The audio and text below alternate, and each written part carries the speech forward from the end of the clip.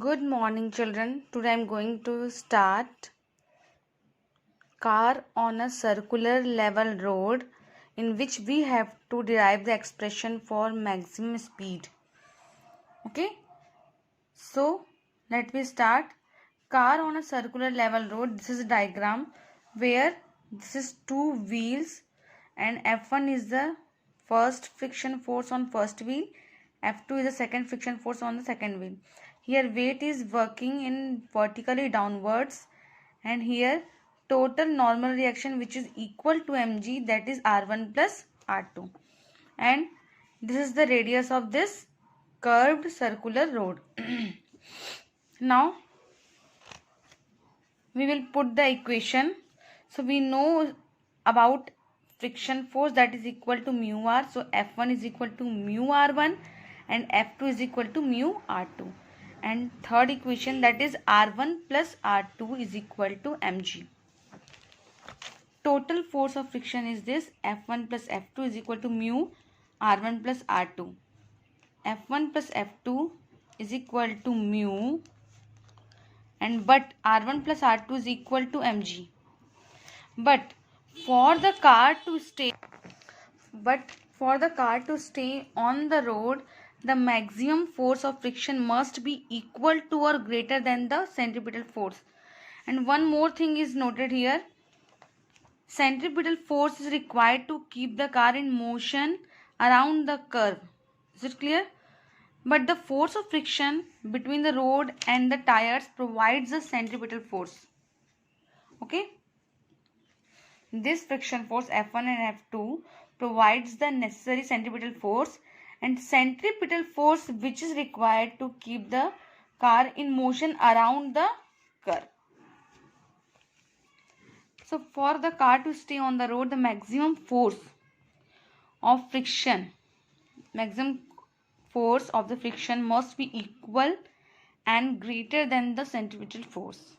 So mu mg is greater than and equal to the centripetal force, and centripetal force is equal to mv square upon r. So final expression we got: v square is less than and equal to v mu rg.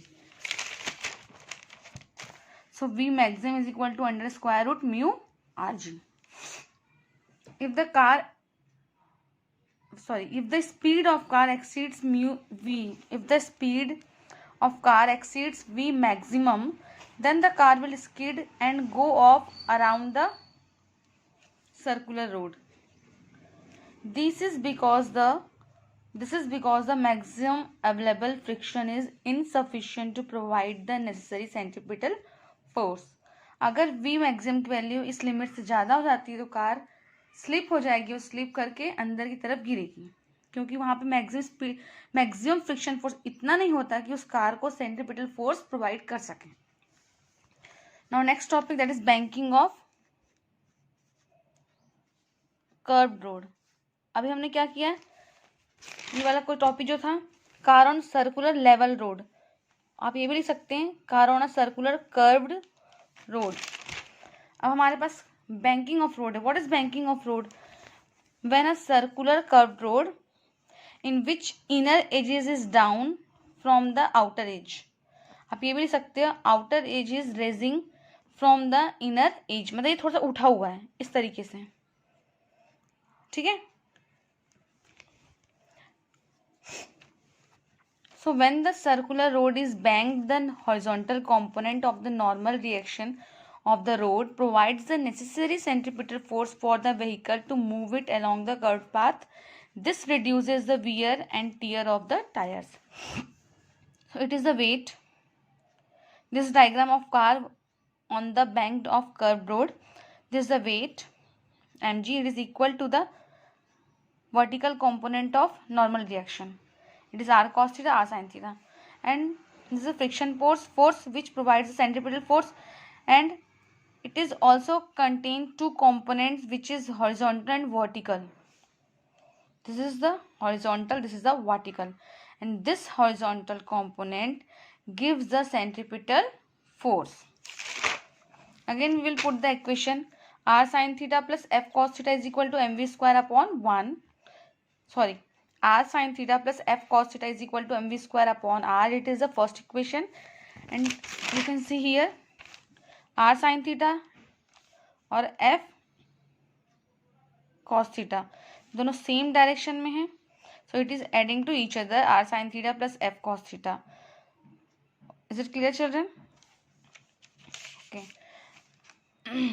Centripetal force भी इस direction में work कर रहा है, so R sine theta plus F cos theta ये दोनों मिलकर centripetal force provide कर रहे हैं. So R sine theta plus F cos theta is equal to M V square upon R. Now second equation, R cos theta and M G and F sine theta ये तीनों same, F sine theta और M G एक direction में, R cos theta opposite direction में. So f sin theta plus mg balance to r cos theta. So here we got mg plus f sin theta is equal to r cos theta. We know that f is equal to mu by r and mu is equal to f by r. So after transferring we got r cos theta minus f sin theta is equal to mg. Now dividing equation 1 by equation 2. So finally we got r sin theta plus f cos theta upon r cos theta minus f sin theta is equal to v square upon rg. Now dividing numerator and denominator of left hand side by r cos theta.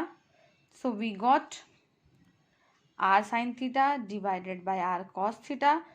So it will be a tan theta plus f cos theta upon r cos theta. So it will be a f by r. Now and r cos theta upon r cos theta it will be a 1 minus f sin theta upon r cos theta it will be a f by r tan theta, and it is equal to v square upon rg. You can see here, so tan theta plus it will be a mu, it is the 1 minus mu tan theta is equal to v square upon rg. After cross multiplication we got v square rg mu plus tan theta 1 minus mu tan theta. Now final expression is v is equal to under square root rg mu plus tan theta upon 1 minus mu tan theta. If condition is this, if there is no friction, so mu will be a 0. So final expression which we got, v is equal to under square root rg tan theta. This is the. Now what is the direction? The angle of banking theta for minimum wear and tear of tires is given by tan theta is equal to tan theta is equal to v square upon rg. So final angle of banking is equal to tan inverse in bracket v square upon rg. Is it clear, children? Okay, thank you very much and have a nice day.